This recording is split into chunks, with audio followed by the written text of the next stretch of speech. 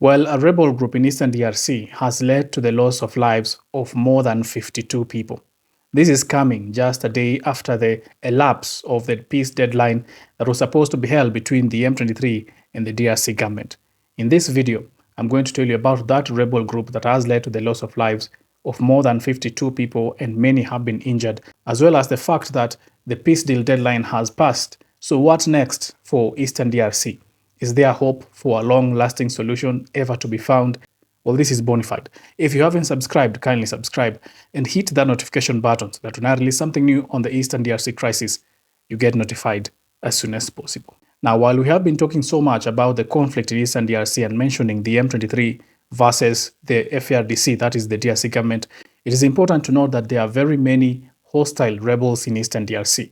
Among these hostile rebels is the ADF. The ADF, an organization that aligns by the Islamic State, has been causing havoc mostly in the northeastern part of DRC. This organization that was officially formed in 1992 in Uganda crossed borders into DRC in 2022 and has been embedded ever since in eastern DRC. Now, it is the ADF that has taken advantage of the security crisis in eastern DRC right now and has led to the loss of lives of more than 52 people in a recent attack.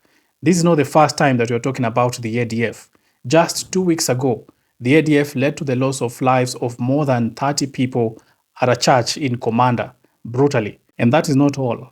Just earlier this year, the ADF led to the loss of lives of more than 70 people in Kasanga.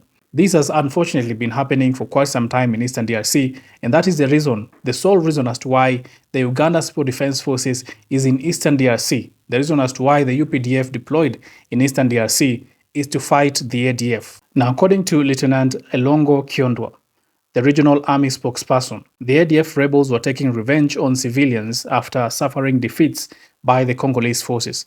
That is a statement that has been released by the FARDC, which is partnering with the UPDF in northeastern DRC to help fight the ADF. Now, with the many rebel groups in eastern DRC all taking advantage of the conflict situation, the FARDC is overstretched on fighting all these rebels that are embedded in eastern DRC. Most of these rebels, including the ADF, are taking advantage because they know the mineral resources that are in eastern DRC. That is the sole reason as to why they have fought for all these years. And also, there is enough forest cover for these rebels to go into the forest and hide and fight guerrilla warfare with the armies, the UPDF and the FARDC. Now, as reported, recently, the Congolese army and the UPDF have been intensifying their fight against the ADF, and the ADF is responding by going at innocent civilians. Now, in this particular occasion, the ADF went into a village, rounded the villagers, and conducted inhumane activities against those villagers, leading to the loss of lives of more than 30 in one particular village, and other people who also lost their lives in neighboring village, totaling to about 52 people. Now, one will ask, even if there is enough forest cover for these rebels to hide, and even if the Congolese army is overstretched with all these conflicts in eastern DRC, why can't the DRC government just hire more people into the army so that they can also go and fight these rebels in the eastern part of their country? Well, there are more challenges facing also the FARDC that are making them to be ineffective in fighting the rebels in eastern DRC. That is why perhaps there are more than 100 rebel groups in eastern DRC alone just fighting the FARDC and fighting against each other. They now have alliances and they are fighting for different causes. The DRC government has gone even to the extent of having mercenaries working for them so that they can fight these rebels. But all through these years, that has been in vain because these rebels have flourished in eastern DRC. They have taken foothold of these territories and they have made these territories their own. They have even claimed ownership of some of these territories. Because of corruption in the army, as well as low morale of the soldiers, has also assisted in making these rebel groups to flourish in eastern DRC. Well, this is coming just a day after the passing of the peace deadline between the M23 and the DRC government. Remember, 18th of August 2025 was the set date that a long-term solution will be reached between the DRC and the M23 in the Doha process.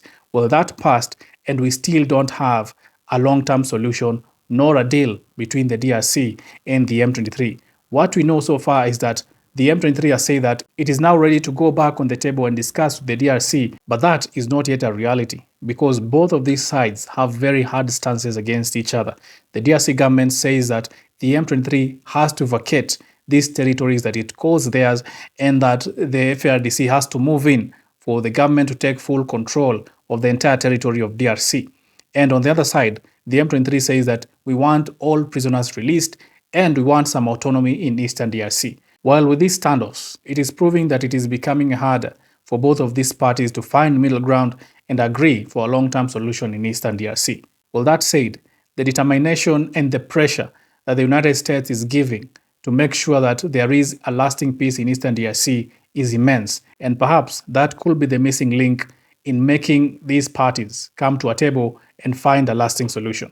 Well, I will keep informing you of the latest of what is happening in eastern DRC regarding the conflict, as well as the peace deal that has just been missed. Keep it bona fide.